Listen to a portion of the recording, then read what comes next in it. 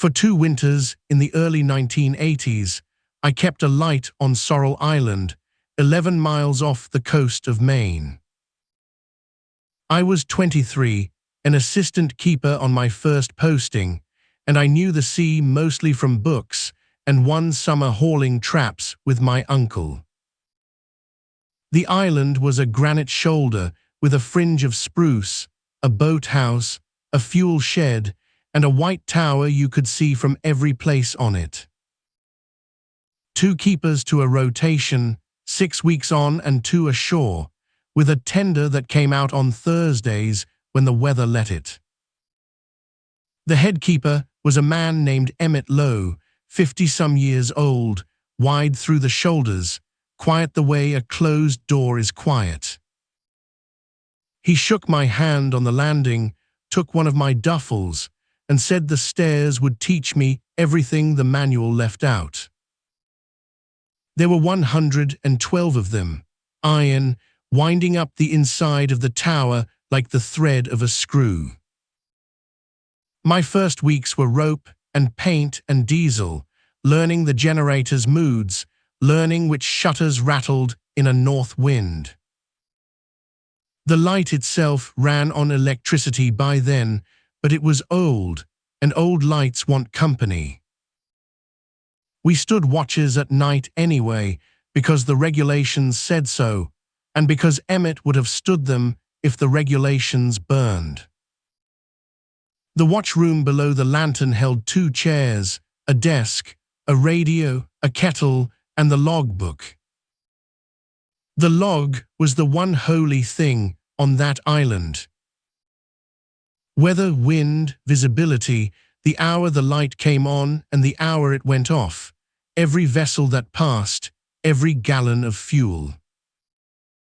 Emmett wrote in a small square hand, and he made me practice my entries on scrap paper until my letters stopped leaning.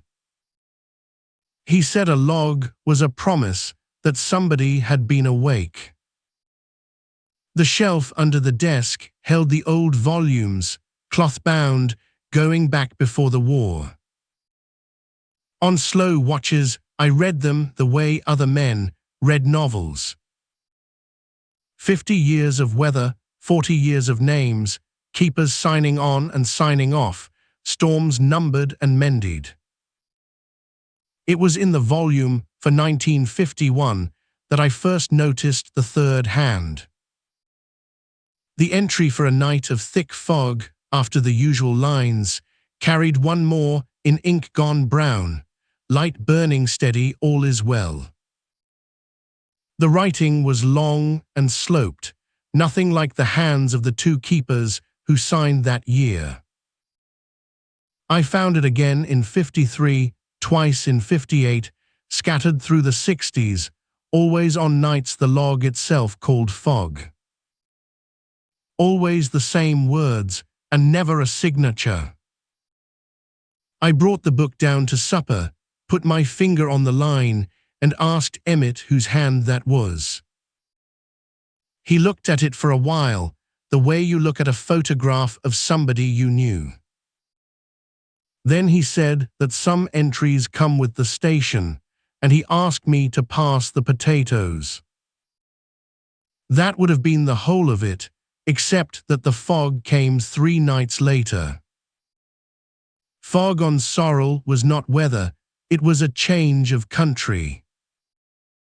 The mainland went first, then the water, then the boathouse, until the island was one room with grey walls and the foghorn counting slow against nothing.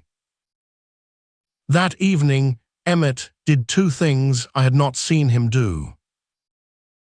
He left the watchroom door unhooked, standing open a hand's width to the stairs. And he carried the second chair from its corner and set it by the seaward window, turned a little, as if for somebody who liked the view.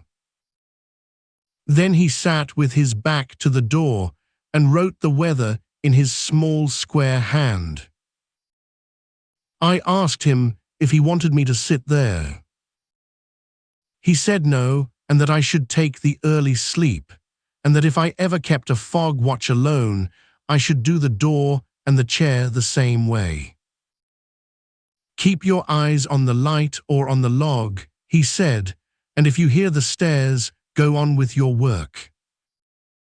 Don't speak, don't turn, and don't you touch that chair till morning. He said it the way he said everything, level, like reading out the tide tables. It was easier to nod than to laugh, so I nodded. I lay in my bunk that night and heard the horn, and under it, once I thought I heard the ring of the iron stairs, slow and even, like a man saving his knees. In the morning the fog had lifted, the chair was back in its corner, and the log for that night held 3 lines in Emmett's hand and 1 in the other. Light burning steady, all is well. The ink was blue and new. I did not ask again, because a thing had settled in me overnight, the way cold water settles a swallowed stone. Whatever wrote that line had been writing it since before the war, and Emmett set a chair for it, and Emmett was not a man who did things without reason. Summer went along, and I mostly forgot, the way you forget a rule until it is the only thing you own. In late September, Emmett cracked a tooth on a peach pit, and by the second day his jaw had swollen until he spoke through his teeth. The tender came out special on a grey afternoon and took him ashore to the dentist, and I stood on the landing and watched the boat shrink. 6 weeks of training said I would be fine, and the forecast said clear. The forecast was wrong. The fog came up from the south around sundown, not rolling in but condensing, as if the air had decided to stop pretending. By full dark, I could not see the boathouse from the tower door, and the horn was going, and I was 23 years old and the only living soul for 11 miles. I climbed the 112 stairs with my supper in a pail. I did the log, the weather, the wind, the hour the light came on. Then I stood a moment with my hand on the watchroom door, and I thought about hooking it shut, and I heard Emmett's voice, level as tide tables. I left it open a hand's width. I carried the second chair to the seaward window and turned it a little, and its legs chattered on the floor because my hands were not steady. Then I sat down with my back to the door and copied the barometer like a man copying scripture. The horn counted, the light turned overhead with its slow mechanical patience, and the night got old. It was some hour past 2 when the stairs began to ring. Not the wind, which I knew by then in all its voices, but the even iron ring of weight taking the treads one at a time, far down, coming up. I put my eyes on the log and kept my pencil moving, and the sound climbed at its own pace, unhurried, a man saving his knees. I wrote the temperature twice. The steps reached the door, and the hinge breathed, and the draught that came in smelled of wet wool and lamp oil, though the lamp had run on wires for years. The chair by the window received something and settled, and creaked the small creak of a person arranging themselves for a long sit. I did not turn. I want to say it was courage, but it was obedience, which on an island is the better thing. We sat, the two of us, with the horn counting between us. And here is the part I have never known how to tell, because the fear did not build but drained away. The room got easier, the way a house gets easier when somebody older is awake in it. My shoulders came down from my ears. The pencil got heavy, and the columns of the log began to swim, and I remember thinking, far off, that I was falling asleep on watch, which was the one unforgivable sin.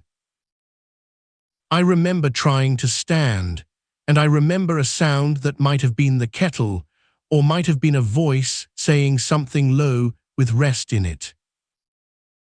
Then it was morning. I woke in my own chair with my coat over me like a blanket, and I had not brought my coat up the stairs.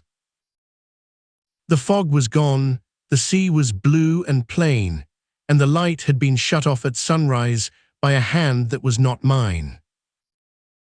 The second chair stood in its corner. The log lay open, and under my last entry, in ink still sharp, ran one line in a long and sloping hand. Light burning steady, all is well. Below it, in the space where a signature would go, there was nothing at all, only a faint gloss on the paper, as if the page had been smoothed by a thumb. Emmett came back 2 days later with his jaw mended, and he read the log the way he read everything, slowly, once. He looked at me for a moment, and something in his face was almost warm.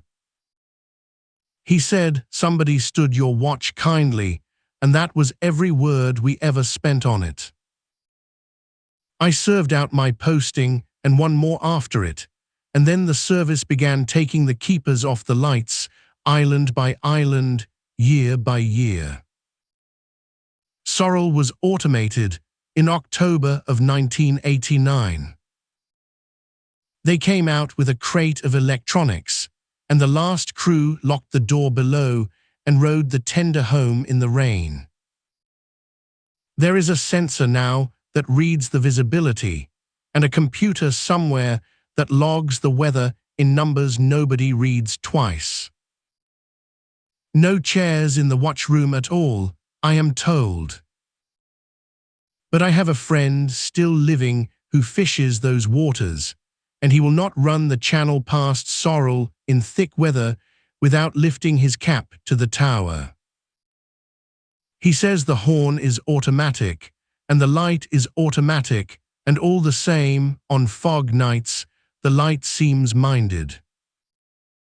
Tended is the word he uses. I am an old man now, and on the bad nights, when sleep stands off from me the way the mainland stands off from an island, I think about that chair. I think about being 23 and guarded through the fog by something that asked nothing but the courtesy of not being looked at. Somewhere out on that water, the light is turning now, slow as ever, patient as ever. The horn counts, the fog leans close, and the stairs ring, easy and even, under a weight that never tires. The log is kept, one way or another. All is well.